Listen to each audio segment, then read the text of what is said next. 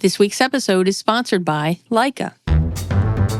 You're listening to the B&H Photography Podcast. For 50 years, B&H has been the professional source for photography, video, audio, and more. For your favorite gear, news, and reviews, visit us at bnh.com or download the B&H app to your iPhone or Android device. Now here's your host, Alan Weitz. Greetings and welcome to the B&H Photography Podcast. My name is Alan Weitz. And I'm Jill Waterman. And for those of you who are expecting our audio engineer, Mike Weinstein, to pop on and off with occasional comments, he doesn't have a mic today, so sorry, guys, you have to hang on to the next show. You might be familiar with An Octopus's Garden, but have you ever learned the secrets of whales? Today, we're inviting you on a deep sea dive into this magical realm with underwater photographer and film producer Brian Skerry. A contract photographer for National Geographic since 1998, Brian has explored all 7 continents and nearly every ocean habitat. His most recent endeavor, Secrets of the Whales, was released as a multi-platform project in 2021, including a book, a National Geographic cover story, and a 4-part documentary film series created in collaboration with world-renowned filmmaker James Cameron. We caught up with Brian in a decidedly terrestrial setting, and interestingly enough, even when he isn't wearing a wetsuit, snorkel, and fins, he still makes sloshing sounds as he walks around. The good news is he doesn't seem to be leaving any puddles behind, so that's all good.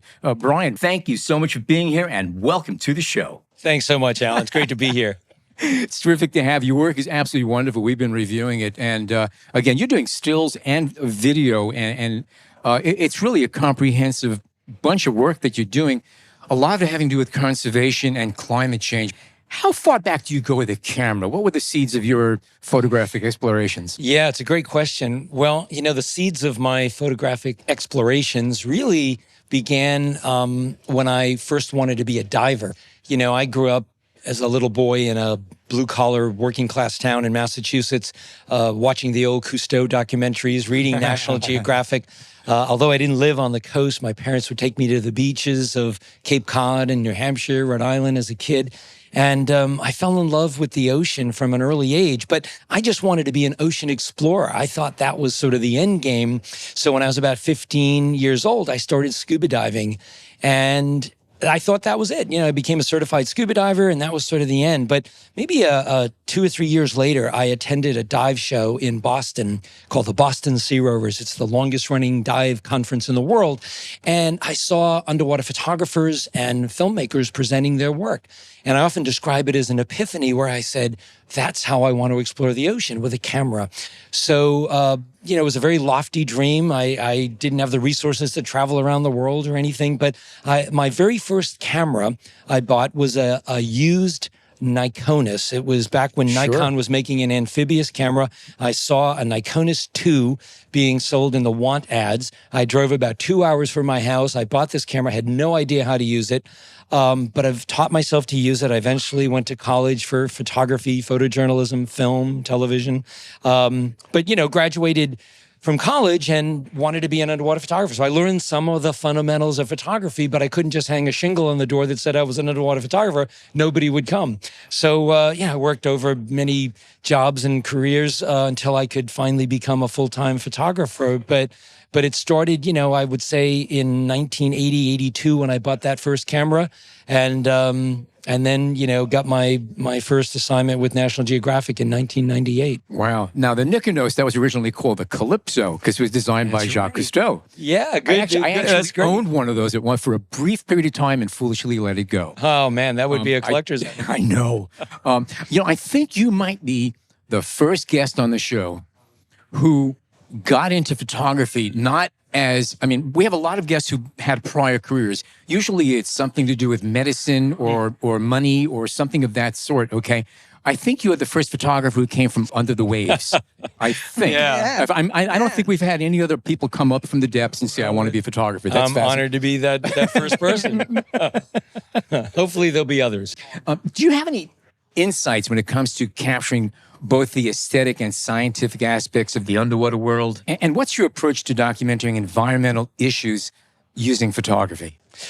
Yeah, well, I could answer that by saying that my career has really been somewhat of an evolution. When I first started out as a, teenager doing this stuff and then into my 20s, it was a very selfish pursuit. I just wanted to do cool things. I wanted to, be Indiana Jones in the ocean. I wanted to swim with sharks and whales and explore shipwrecks and make pictures and share what I was learning. But it was very much driven by exploration and adventure. But over the years, I began to see all of these problems occurring in the world's oceans, things that I didn't think were evident to most people. And as a journalist, I felt a sense of responsibility and a sense of urgency to turn my cameras towards these things to tell a more complete story. So in terms of the aesthetics and the science, the way I see it is, I've sort of come to see that maybe my most important role is that of a artistic interpreter of all that I see under the waves. I need to understand the science. That's essential. That's the foundation on which I will build the stories. But what I'm trying to capture is the poetry that exists in nature, in the ocean. So it's searching for those lyrical moments that I can translate photographically to the pages of National Geographic, or maybe now on documentary films, that will resonate with viewers, with readers, so that it makes them want to know more about that story. I'm trying to get the guy or gal who's sitting in a dentist's office who maybe doesn't have a subscription to National Geographic, but when they open the magazine and see a picture that really, captivates them perhaps, and then they read the caption and then they say, wow, and then they want to read the story, and they know that, we're killing 100 million sharks every year on planet Earth, or that we've destroyed half the world's coral reefs, or that we're dumping 18 billion pounds of plastic in the ocean, and then look to the solutions in that same story. So, it's really trying to use photography as a powerful tool. Human beings are visual creatures, and we respond to powerful images. So I'm trying to make those images that resonate. So if you want to learn about what's going on with photography, you can come to an event like we're at today, the Bild Expo. And you go downstairs from where we're sitting here speaking right now, and we have, I don't know how many dozens of manufacturers showing off their gear, explaining it, putting tools in your hand. You grew up near the water. You learned to appreciate and love the water. From there, you learned photography, which is an easy thing to pick up on. Where do you go to learn the science end of it? Where do you tap into to get the basic information to tie all of this together? My answer would be that I've sort of lived this my whole life. So I've been diving for 46 years. I started when I was about a year old. No, it's just shocking to say that. Those words come out of my mouth. 46 years I've been exploring the ocean.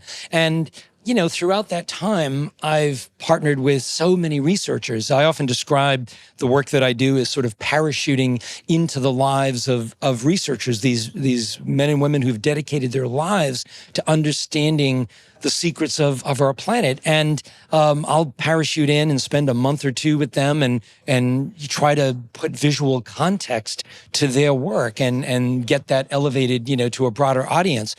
So I learn about the science from conversations with researchers, going to scientific symposiums. I might go to a marine mammal conference that's held every 2 years and learn about the latest and greatest science that's going on with whales or seals or dolphins. I read scientific papers. I have Google alerts about all these different things that pop up. And if a new issue is coming out, I'm trying to tune into what that is and think about whether or not there's a story there, and then teasing out how I would photograph it. So it's a process, but it's not something that I have to work at necessarily in the sense of it's a chore, because I'm interested in these things. So it's what I read, it's what I pay attention to, and I am sort of living it. So, Brian, what are some of the visual changes you've noticed within the marine environment since you first began diving?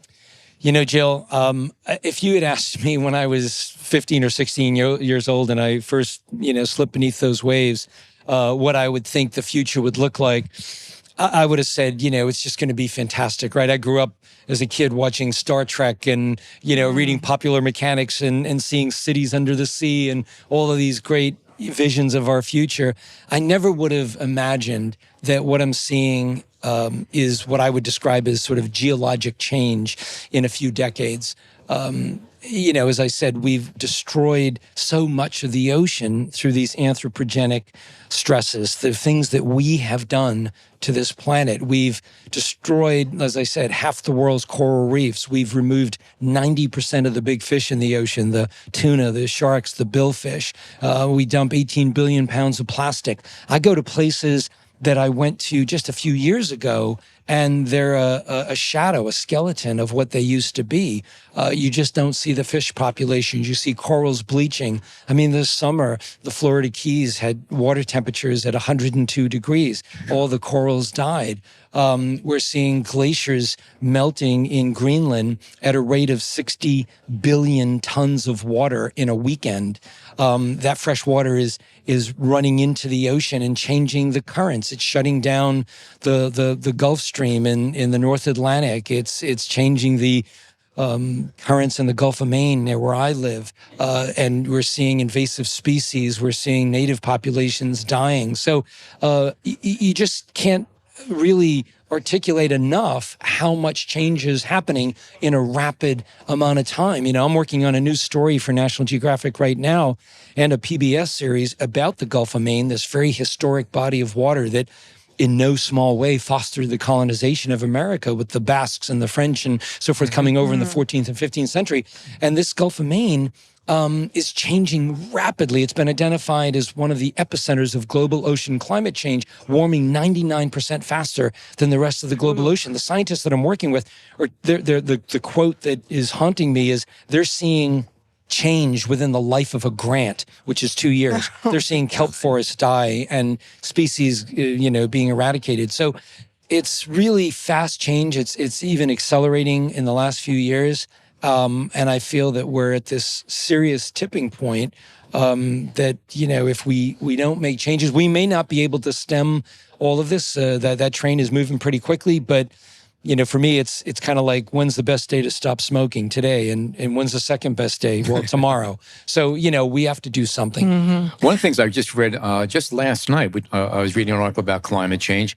And while they say, well, the focus right now is on what's going on, say, with in terms of the United States, the coastal regions down south that are being horribly threatened by water coming up at high tide, especially if it's a full moon. Yeah. But they say it's happening even quicker. If you go to the Northeast, New England, where it's still relatively cool, but the heating is something like 7 times quicker compared to, say, Florida. Right.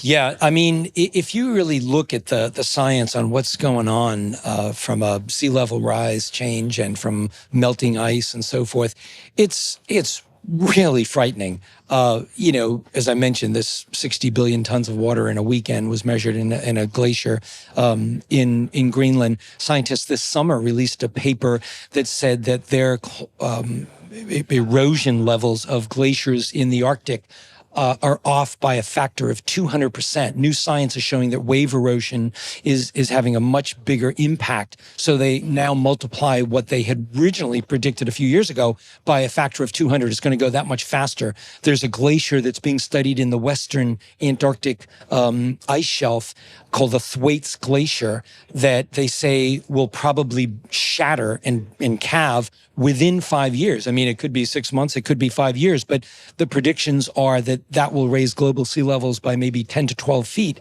when it finally goes.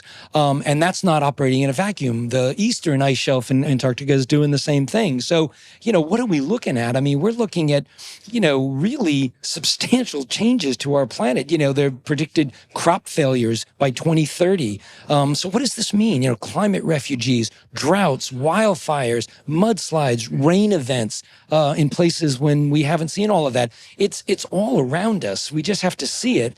So it sounds apocalyptic, but we have to do something. And I often say that I like to believe that we're living at a pivotal moment in history where maybe for the very first time, humans understand both the problems and the solutions, or at least science understands most of the problems and solutions.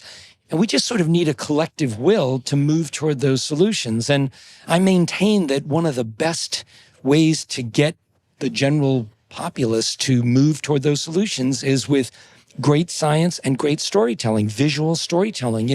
We are a storytelling culture. We are visual creatures.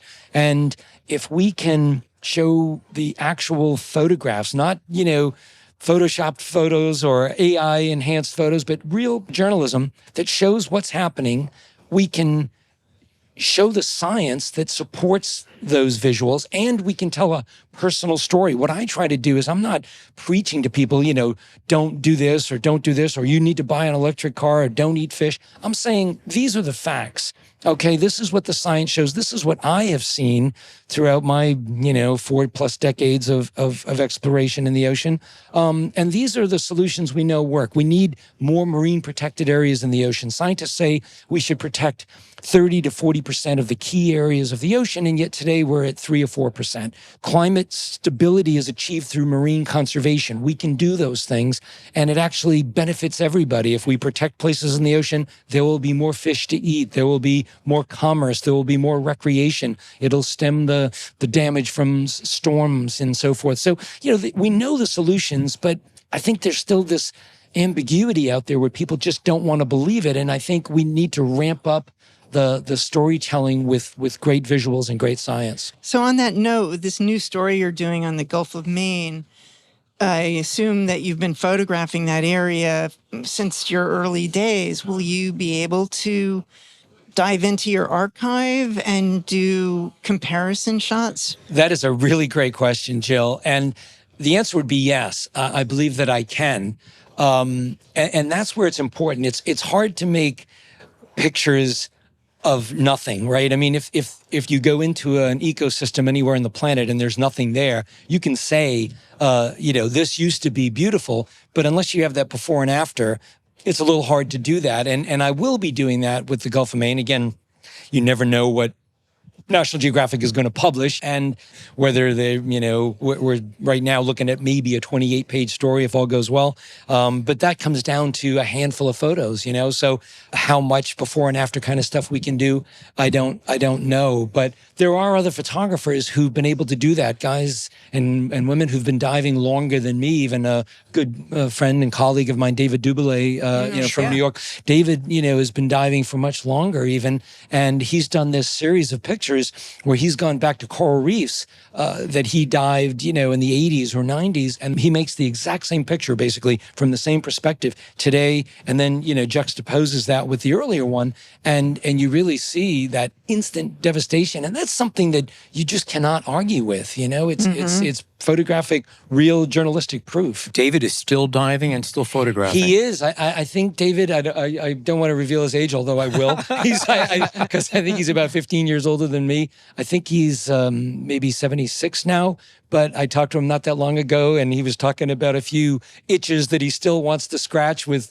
photography and places he wants to go and stories he wants to tell. Real inspiration. And when I get out of bed in the morning and my knees are creaking, I think David's still going. So, I learned about his work through Nautical Quarterly back in the late 70s, early 80s. Yeah. I mean, that's when... Yeah. He was full tilt then. He's one of the last ones standing. And there's another colleague of ours, an underwater filmmaker who sadly just passed away a couple of weeks ago, Stan Waterman, who, was just a they don't make them like that anymore. A real gentleman, an unbelievable poet, a contemporary of Robert Frost at Yale, and a great underwater filmmaker. He just died at 100 years old. But Stan, I remember him telling me, Brian, I hung up my fins at 90. So he was diving until he was 90. Stopped smoking at 88, I believe. Yeah, that was pipe. Yeah, that's right. He still smoked a pipe. Yeah, that's true. And had his gin and tonic every night. Yeah. So let's talk a little bit about your project, The Secrets of the Whales. You spent a long time exploring previously undocumented cultural aspects of whales. How long did you work on that project?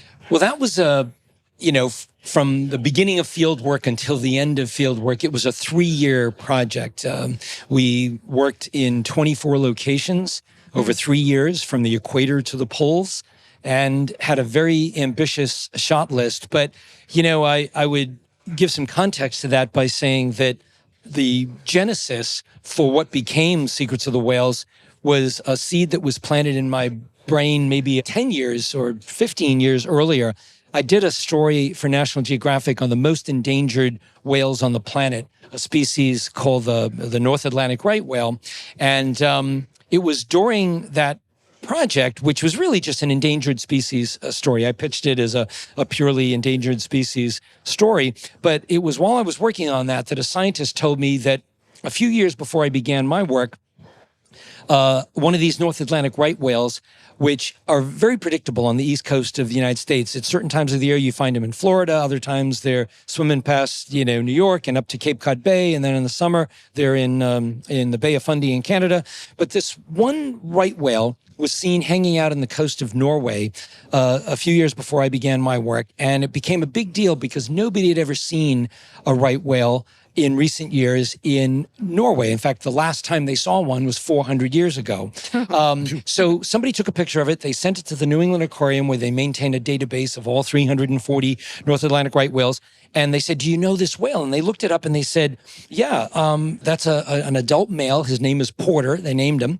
And he had just been seen a few weeks before in the Cape Cod Bay with his family and friends. And nobody could imagine why he swam across the ocean and was hanging out in this very specific place along the coast of Norway.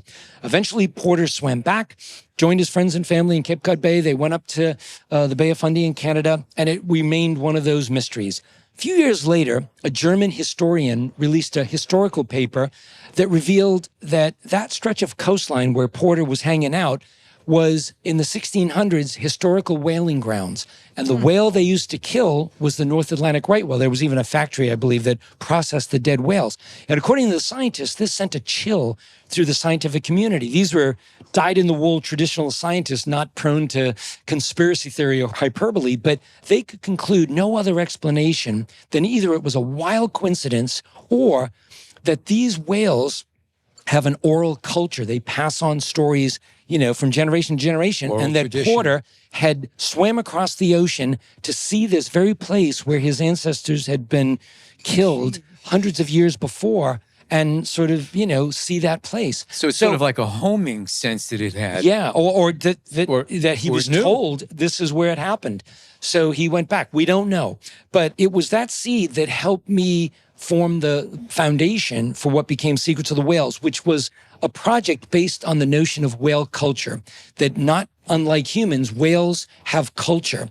A friend of mine, Shane Garrow, who is a Canadian whale biologist, he says the difference between behavior and culture is that behavior is what we do, culture is how we do it. So, for example, most humans eat food with utensils. That is behavior. But whether you use chopsticks or knives and forks is your culture. And he said whales are doing the same thing. Within a genetically identical species, they are doing things differently. So orca like different foods. They have ethnic cuisines. They're genetically identical, but the ones in New Zealand like stingrays, and the ones in Patagonia, Argentina like sea lion pups.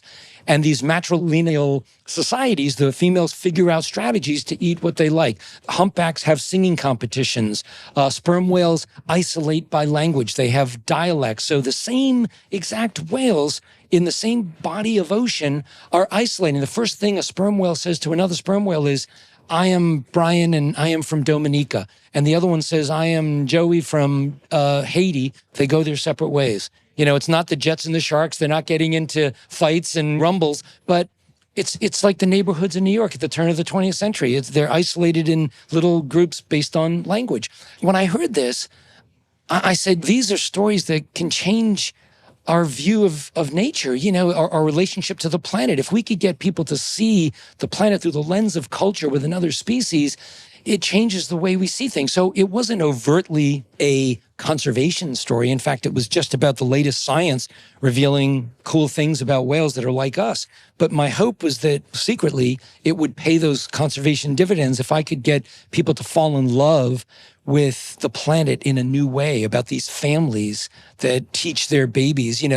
If there's a grandmother living in the family, the orca calves live 5 times longer because that tradition of teaching from grandparents is so important to them. Those are the stories that I wanted to tell. So we did it as a 4-part series on Disney Plus, which won the Primetime Emmy Award. Wow. Nice. A 40-page cover story in the magazine, National Geographic, and then a book that I wrote and photographed as well. Amazing. Wow. So when you're photographing the whales, you're generally free diving. You're not using scuba gear. Yeah. How long can you stay underwater? That's a great question. I never actually time myself. My guess would be, 2 or 3 minutes, which is not. It's when they pull them out. Then Yeah, that's right. When they stop the Yeah, watch. stop the watch. If I'm practicing and I'm in a swimming pool, I'm not very good, because all I'm doing is looking at the watch. I go down to the bottom of the deep end of the That's swimming not pool. real, though. And I'm like holding my breath, and it's like, oh, it must be like 5 minutes by now, and it's been 3 seconds, But when I'm out there, and something really interesting is before me, during that series, I made the very first picture of a sperm whale calf nursing. Nobody knew how they did it. And in Dominica, I was able to, be allowed into the world of these animals and make that picture. So, time goes away. So a lot of it is psychological. I do train as well, but I don't really know the answer when I'm practically in the field. But my guess would be maybe 2 to 3 minutes. And, I think it's really an important testament to these animals because unlike my terrestrial counterparts, I don't have the luxury of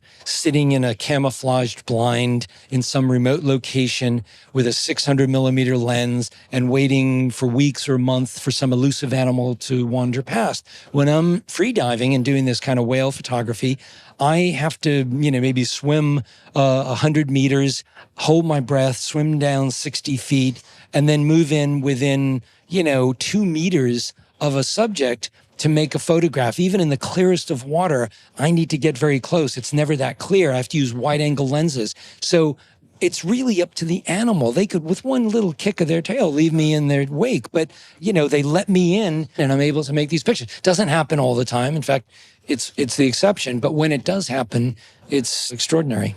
Something I'm curious about. We're talking about free diving, which means you're going down with any kind of breathing apparatus. Why are you doing that as opposed to wearing tanks? Is it a matter of just wanting to be as quiet and subtle? You want to be a fly on the wall. Yeah, it's two things really, but that's the big one. Marine mammals in general tend to be put off by bubbles. So I think part of it is that it is noisy, but also a lot of marine mammals expelling bubbles is some sort of form of communication. I've seen, seals and sea lions when they want me to scram, they'll blow a big dollop of bubbles in front of me. And I think whales sometimes do that too. So, this constant stream of bubbles coming out is maybe a little obtrusive, but it also may be kind of they don't know how to read it. An angry thing, for them. The other thing is that even if whales are sort of in a socializing behavior where, let's say, sperm whales are all sort of reaffirming their family bonds and they're rubbing around together and, you can get in amongst them to some extent, even if they're moving slightly, if they're just kind of kicking their tail and moving, it's hard for a human to keep up with a 40-foot whale. They're moving at a clip that would be really hard if you're wearing 50 or 80 pounds of equipment. A scuba tank might weigh 50 pounds, and then you have a little wetsuit, and you have a weight belt, and you've got a regulator. And I like to be nimble. I want to be, very Zen-like. So even though I can't stay down very long, the advantage of being able to come up, take a breath, and then glide through the water very unthreatening and get close to them for a few moments and then come back and just keep doing that over and over again, for me is more productive. Now, you could use, for example, a rebreather, which is a closed circuit type of breathing apparatus, which doesn't give off bubbles, but it's still a bit heavy and it would slow me down. So again, people have different ways of doing this, but my choice is to just do it with breath hold. It's interesting because this kind of puts you a little analogy of it. If you have tanks, that's like shooting digital, but if you're going down without tanks, you're shooting film. You have 36 exposures. That is such a great analogy. Yeah. Right? That's right. You're limited. Yeah. It's deer hunter. You're going into the woods with one bullet, and you got to get it right. So that's a challenge. I like that. That's great. So I'm curious because whales are mammals. They actually have to surface to breathe, correct? Do you Yes. think there's any awareness on their part that you share the same? Oh, absolutely. Yeah, no, I think whales are extremely aware of so many things. I mean, this project was called or is called Secrets of the Whales, but at the end of the day, it by no means is comprehensive. We don't know all their secrets, and we're just scratching the surface on understanding whale behavior, whale culture. And I think if we survive as a species and, the planet is still robust, we will learn so much more in the time ahead. But, I write in my book, Secrets of the Whales, that being in the presence of orca, for example, not only is exhilarating and breathtaking, but it's like being in the presence of a supercomputer. I think that they scan me with their echolocation, and they know, everything about me. They know what I had for dinner last night. They know if I have a sprained ankle. They know, if I was bad in math in high school. They probably know everything I could want to not know about myself. So they're very aware. They know we're air-breathing mammals, not so different than them. And, it's always been very respectful. I've never felt threatened by any marine mammal, certainly not by whales. That's not to say you shouldn't be vigilant in their presence and mindful of a tail hitting you or something. But I think they're extremely aware. Fascinating. Okay, we're going to take a short break, towel off a little bit here, and we come back more about whales and underwater photography with Brian Skerry. Stay tuned. The renowned optics from Leica are not just for cameras anymore. The Leica Cine 1 ultra short throw laser TV projectors come in 100 and 120-inch models that present vivid color, 4K imagery, and 3D sound, while also functioning as a smart TV. The projectors pair with 100-inch daylight or 120-inch cinema projection screens that are viewable in bright daylight or in total darkness. The Cine 1 laser TV only needs to sit a foot from the screen to reproduce lifelike color and a sharp picture, bringing a true cinema experience to your living room. Head on over to bnh.com for more information about the Leica Cine 1 laser TV and companion projection screens. Okay, we are back with Brian Skerry and talking about whales and underwater photography and climate change and a lot of interesting subjects here. Underwater photography, that requires specialized camera gear with a lot of planning. What are you currently shooting with, and do you have any tips for prepping yourself and others who want to get into taking pictures underwater?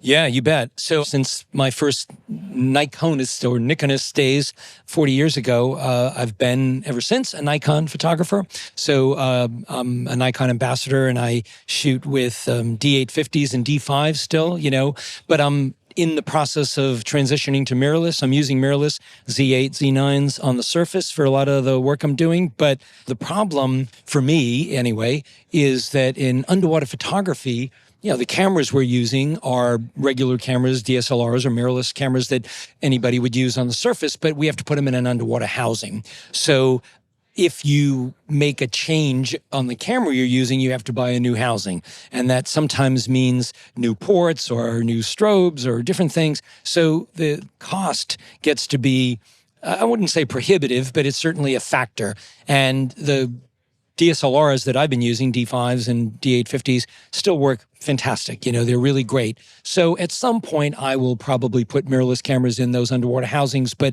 that's what I use. In terms of lenses, Sure. I used to be a prime lens guy. I was always, poo-pooing zooms. Again, I'm dating myself here, but I would use a fixed, 16 fisheye or an 18 or a 24 or a 20 or a macro 60 1:1 or a 105 or whatever. So I was always prime lenses, but in recent years, the zooms have just gotten so good, and now I've got a very limited handful of lenses. I still got all my old primes, but I'm using 24 to 70s or 14 to 24s. I also, the housing that I'm using these days is called Nauticam.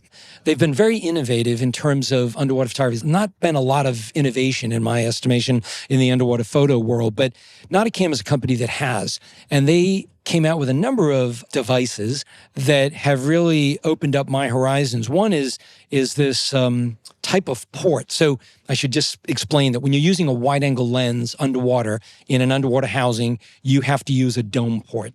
And a dome port is ideally optically corrected for a specific lens. You take into account the nodal point, and you might have to use an extension ring to get that dome a little further away.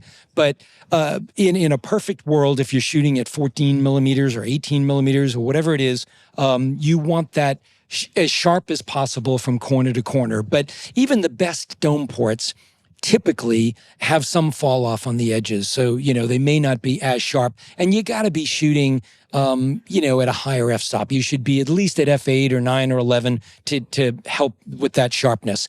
But this new device that Nauticam came out with, it's called a wide-angle conversion port. It actually is essentially a series of lenses in what looks kind of like a port. And the last one is a water contact lens. So it's kind of like the old Nikonis lenses, the 15 millimeter that you couldn't use in air, but underwater, the last element was the ocean. Water was actually part of the optical formula. Exactly, correct. So with this wide-angle conversion port now, all I need is an old 28 millimeter fixed prime lens, and which is a kind of an inexpensive lens. You can buy them at B&H for not that much money. And you put on a 28, and now you put on this wide-angle conversion port, and it allows you to shoot 130 degrees, tack sharp, corner to corner, even at low apertures. When I was doing Secrets of the Whales, I was shooting orca underwater in Norway days before the polar night, when it's going to be dark 24 hours a day. So light levels are extremely low. I was shooting at an ISO of 16,800 at a 60th of a second, which you would never do with a moving animal without strobes. And I'm shooting ambient light. So 16,800, a 60th of a second at f2.8 or 4. And I'm getting publishable pictures of a black and white animal herding herring in a dark sea. You mean you couldn't do that with Kodachrome 200? Well, the 200? Come on, man. No, in fact, I first went to that place in Norway in 1994 shooting black and white 1600 Tri-X. I remember my colleagues brought 200 speed film, and I was the only one who brought black and white film. I said, well, they're black and white animals, and I needed high. And they were like, oh, who are you who are so wise in the ways of science? But even then, I didn't do that well. So anyway. You're dealing with animals that are a lot larger than we are. And I imagine you've had some hairy moments. Could you give us 1 or 2 examples where things almost went bad? Sure. Yeah. It's really a great question, and it's helpful to answer this. I think my bio says I've spent maybe 12,000 hours underwater in my career, and it's an estimate. I mean, you can only guess. So I spent a good portion of my life underwater, and usually in the presence of marine wildlife. And I would say that out of many thousands of dives, I've probably had 3 or 4 times where I felt that I had to get out of the water because it was getting too dicey. Those were usually with predators, again, I've made thousands of dives with sharks, and there's probably been 3 times where I felt I had to get out. One was I was doing a 5-week expedition out in the central South Pacific to some of the most remote places on Earth, the Southern Line Islands. And I was diving at dusk in a place called Millennium Atoll, a very sharky, predator-rich place, a place that's like going back in time. The reefs had, 85 to 100% coral cover. The rest of the world, you're lucky to see 15% or 20%. Yeah. So, but they're a predator-heavy biomass. So I was diving with my assistant at dusk, which is a dicey time for shark behavior. And bottom line is I lost count at over 60 gray reef sharks that were coming in hot. I was doing this dive, and I was in a 3-sided little coral head, and these sharks were coming in. And normally if sharks get a little frisky, they'll bump their nose in your camera, your dome port, and they go away. They're ampullae of Lorenzini, they're electroreceptors. That's their nerve center. Everything's right there. They don't like that. But these guys were bumping my camera, doing a tight 360 and coming right back in. And behind that one was 5 more, and behind that was 10 or 20, and they were all sort of jockeying for position. So very dicey moment. I was able to, back off into really shallow water, kind of fending them off, and then do a big arc swim back to the Zodiac. It was getting dark. And even then, as I was making that swim, 3 of the sharks got a bead on me and started coming after me, and I barely made it to the boat in time.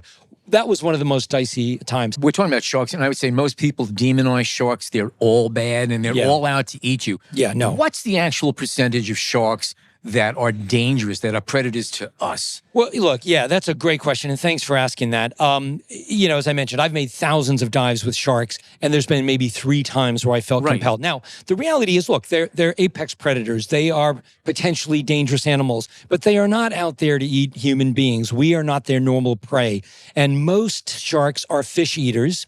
And therefore wouldn't even be interested in a mammal, a marine mammal, or a seal or anything. There are those who are. Great white sharks do eat seals. So if we're swimming where there are, seals around, and we're swimming in water where it's dark or early in the morning or late at night, you could be mistaken for a seal. Especially where we have fins on. Yes, but the reality is you're far more likely to die from taking a selfie than you are from getting eaten by a shark. There are more deaths every year from people, taking a selfie and falling into a manhole or off the Grand Canyon or something. And, I don't want to make light of this because it's all tragic. But the truth is that sharks are potentially dangerous, but we coexist just fine. And, so many of the stories I've done, in 2016, I did 4 consecutive stories for National Geographic on a single genre, which was unprecedented. I looked at 4 of the most, quote, dangerous species. I did a story on tiger sharks, one on great whites, one on oceanic white tips, and one on makos. And the idea was to give sharks a makeover, to show that they are not that dangerous and that they have a huge value to the health of the ocean. The ocean gives us every other breath that we take. No matter where you live, if you're in New York or you're in the middle of the Sahara Desert, more than 50% of the oxygen that you're breathing is generated by the ocean. So it's in our best interest that there are sharks in the ocean to keep it healthy so we have air to breathe. And the notion that we're eradicating 100 million sharks every year on this planet, largely for their fins, for shark fin soup, is terrible. So that's important. But back to the story. The other one incident that I remember when you talk about, being scared out of the ocean, it was a saltwater crocodile. I was in Mexico doing a story on the Mesoamerican Reef, the world's 2nd largest barrier reef system, trying to photograph this saltwater croc in very shallow water, my assistant and I. And we didn't actually know they were going to be there. It was on my shot list, but this particular location I was in, we didn't expect to see that. I was there for something else. But I said, well, let's capitalize on the moment. We got in the water, and this 9 or 10 foot saltwater croc saw us and started coming towards us. And my assistant had a small piece of PVC pipe to use as a deterrent. And again, with sharks, if you bump them a little bit, they'll often be deterred. Well, this guy, kind of crawled in, and my assistant Jeff reached out with his PVC and just sort of gently poked it in the nose. And instead of retreating, this thing just opened its mouth and just took another couple steps closer. So it's times like that I'm especially happy that I hire assistants I can outswim. So, I'm going to miss old Jeff. Now, we were going to ask you for the best tip, and I think you just gave it right there. There you go. There you go. No, but we got out safely, and the croc went on his own way. But the reality is, the dicey moments that I've had mostly were user error. I was lost off the coast of Ireland once. I was doing a story on underwater Ireland, and my assistant and I came up from a dive. There was a very swift current sweeping us out to sea. The dive boat couldn't see us because there was a big Atlantic swell. The sun was at our back. The engines were running, so they didn't hear us yelling. And we ended up drifting out in the middle of the Atlantic in our dry suits with my camera in hand for 2.5 hours, eventually getting picked up by a fishing boat. Another time I was doing a cover story on harp seals up in polar regions in Canada and was under about 25-foot thick ice. And I had an assistant on the surface managing my other cameras. And I had another guy underwater to kind of keep an eye on me and the hole that we came through. We were going through breathing holes and cracks in the ice, not using any lines. And I swam off to try to get close to this seal, and then looked up and saw the hole close over our head. The wind and tide closed that exit hole. So you're in 29-degree water. You've got layers of equipment on and thick gloves. And, my tank was about half empty or half full, depending how you look at it at that point. You try not to panic and find another exit, which we did.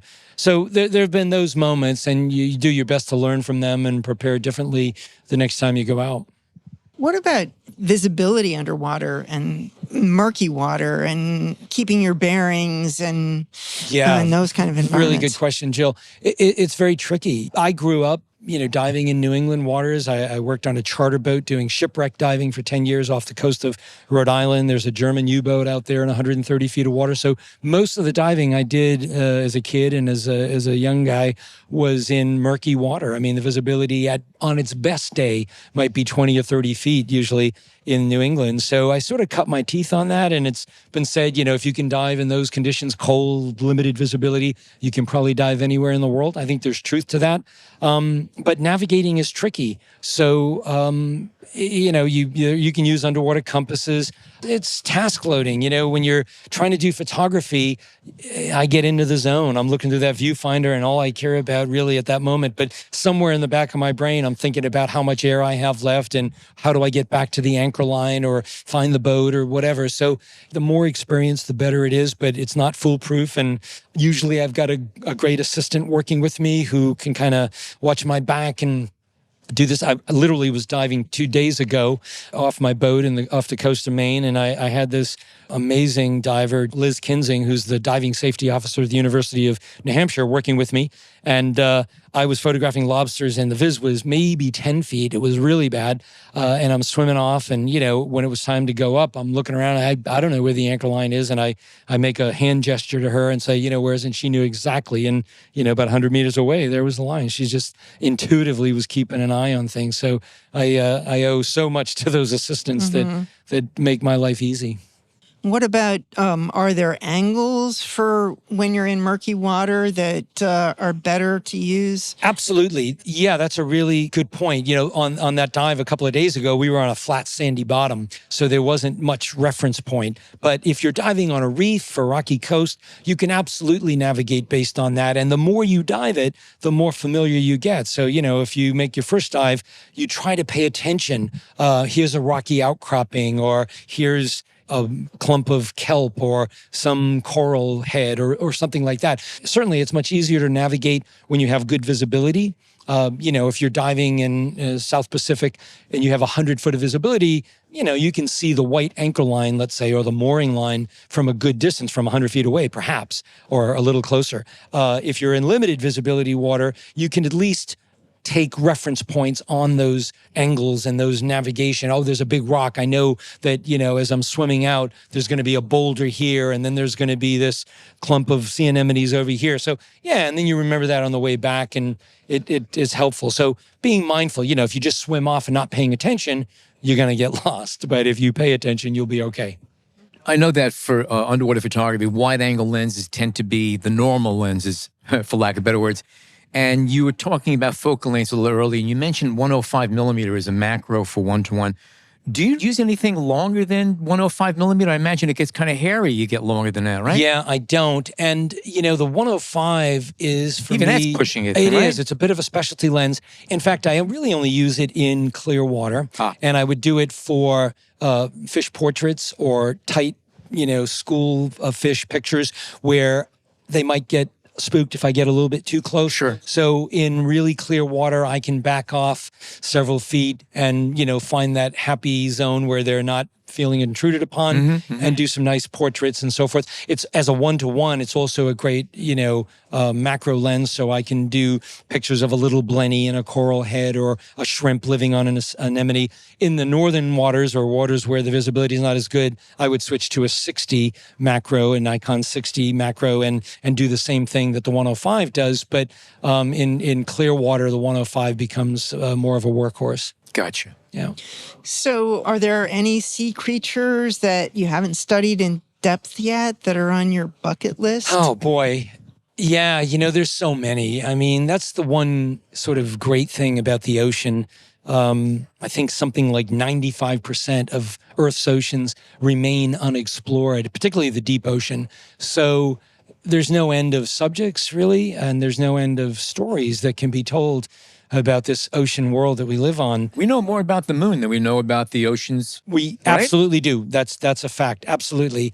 And again, not to get too much on my soapbox here, but the sad thing is, because we have taken so much of what has been the low-hanging fruit in the ocean. We've wiped out the biomass close to shores. Then we've gone to the poles. Now we're going into the deep ocean to harvest things that we know almost nothing about, the mesopelagic zone, where there's the biggest biomass of life on the planet, this diurnal migration that occurs every single day with small critters that rise up every night toward the surface, and then they go back into the deep. And now we're sending trawls, nets, down to harvest the stuff that we don't even know. And this is a huge transfer of carbon. It absorbs so much of the carbon. And as we're now harvesting this stuff, what more damage are we doing to our planet? So those are the stories that I'm excited about telling, helping to reveal. They're a little bit harder places to go. You need to use remote vehicles, whether it's submersibles or remote operated vehicles like ROVs or AUVs, autonomous underwater vehicles, to send down with cameras that can image in low light and do things like that. But they're really vital stories to tell. But, back to even just more accessible animals, I'm really interested in stories. So the poles interest me, Arctic and Antarctic. It's changing rapidly with climate. So how is this affecting seals and walruses and birds and all these things? And the other stories are the ones like Secrets of the Whales that interest me, cultural stories. I think that the future of wildlife science and storytelling might be looking at animals from a personality standpoint or from a cultural standpoint. What do we really know about them? We used to see them very clinically, and with Secrets of the Whales, it was more culturally. Instead of 35,000-foot altitude view, it was getting intimate with them and seeing how they relate to each other and the connections. Everything on this planet is connected. The little animals need the big animals, and the oceans need the terrestrial creatures, and the air and the universe. I think it's all very connected. And the more that we can tell stories that help people understand that and see our relationship to it, that humans are not apart from nature or above it. We are intimately connected to it. Maybe we'll change our behavior for the better. Something you did not verbalize, but I'm listening to it and I'm hearing it loud and clear. We're talking about generating stories, and we're talking about gear, and we're telling anecdotes. But one of the things we talked about here is, how do you get people to sign on with you and say, yeah, we want to give you this assignment to work on this project. And one of the key elements has been buzzing here the whole thing, your passion for everything that you are talking about. And that is an element of selling a story to a picture editor, to a magazine, to an organization.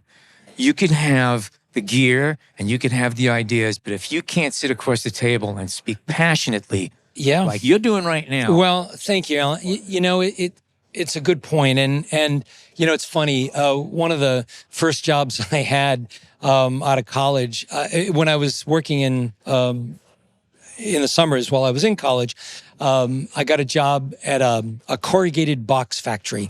And it was owned by the Jaffe family from New Bedford or Fall River, Massachusetts. And they moved to Franklin, Massachusetts.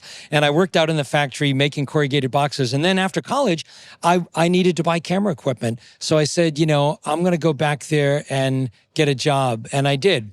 And then I got promoted to work in the office and sales service, and then I went on the road as a sales rep. So I was opening new accounts with potato chip companies or an orange juice company or a plastic manufacturer that needed boxes, right?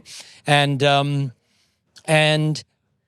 it's not what I wanted to be doing, right? I wanted to be out making pictures of whales and sharks, right? But I needed to pay the bills. I needed to buy that new F5 Nikon at the time, a film camera. But I learned how to sell. And I remember the general manager that I worked for at the time saying, everything in life is about selling. Yeah, whether you're in a relationship or, getting a girl to date you or selling boxes or, in my case, selling a story. And I think you have to obviously be truthful, and you have to care, and you have to be passionate, and you have to know your subject. You have to understand why it's relevant. At National Geographic, the days of just being able to propose a story because it's cool isn't enough. You're competing for pages or story approval with many other great photographers and writers who are doing stories on really important stuff. So why is my whale story relevant? You know, why do people need to know about this today? So I think understanding how to frame your story in a sales pitch, the elevator pitch, is an important part of the equation. But if you love what you do and you know the subject, you know, it's not difficult. You don't have to learn how to sell corrugated boxes to sell a story. It's just what you do. Actually, I do need some boxes. Well, we'll talk afterwards. I know some people. Brian, it's been wonderful speaking with you. Your passion carries it. Thank you so much. My pleasure. There's a lot of stories here. It's not just about taking pictures of big fish here. There's a whole story. It's really about us, is what you're ultimately getting back to. Yeah, we're taking pictures of these large, magnificent beasts, but here's how we are being affected by what's affecting them. Yeah. And there's a lot of stories there, and thank you so much for carrying them. Thank you. You know, I just, on a final point, I would say that there's been this evolution in my career. As I said, I started out very selfishly, just wanting to do things that I wanted to do. But I've been blessed to find purpose along the way, something that I found a little more meaningful, that maybe makes a difference, I hope. But that's what gets me out of the bed in the morning now is a sense of urgency and passion. So thank you for allowing me to pontificate a little bit about this here today on the podcast, and I really appreciate it. Great. So any upcoming exhibits or events? Yeah, you know, it's an interesting time for me. I'm actually co-producing a digital immersive exhibition of my work in Paris that hopefully will come to New York next year. But I'm working with a company called Culture Espace. They invented this idea of going into old buildings and doing these digital immersive exhibitions with old artists like Monet and Van Gogh. Right. There's been a lot of knockoffs on their original idea, but we're doing one. They've only done one other photographer, and mine is going to be called Ocean Odyssey. It will open in October in Paris. If it's successful there, it'll go to 2 other locations in France and then to the Netherlands and then come to New York. So stay tuned for that. And then I've got one opening in Italy called The Sentient Sea, which is a kind of a retrospective at the Siena exhibition conference in Tuscany, Italy, in the end of this month. So I'll be going to Paris and Italy for those respectively, and then hopefully some new ones in the U.S. as well. So what do you do in your spare time? I lay on the couch in my underwear and watch Seinfeld reruns. Oh, man, if my own heart. Brian, again, thank you so much for joining us today. If our listeners would like to catch up on your work, what sites can they go to?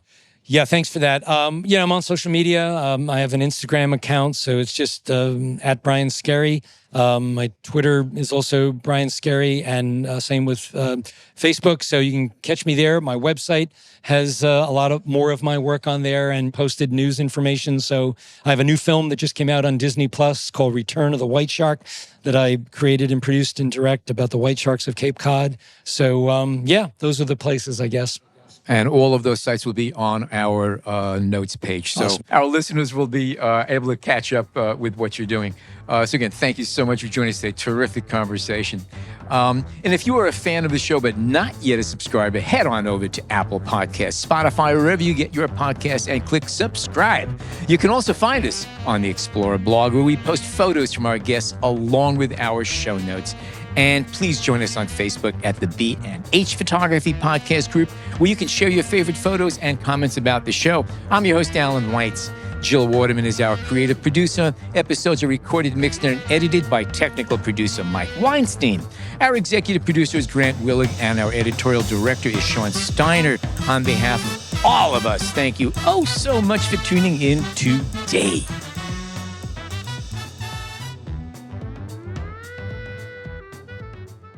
Thanks to Leica for sponsoring this week's episode.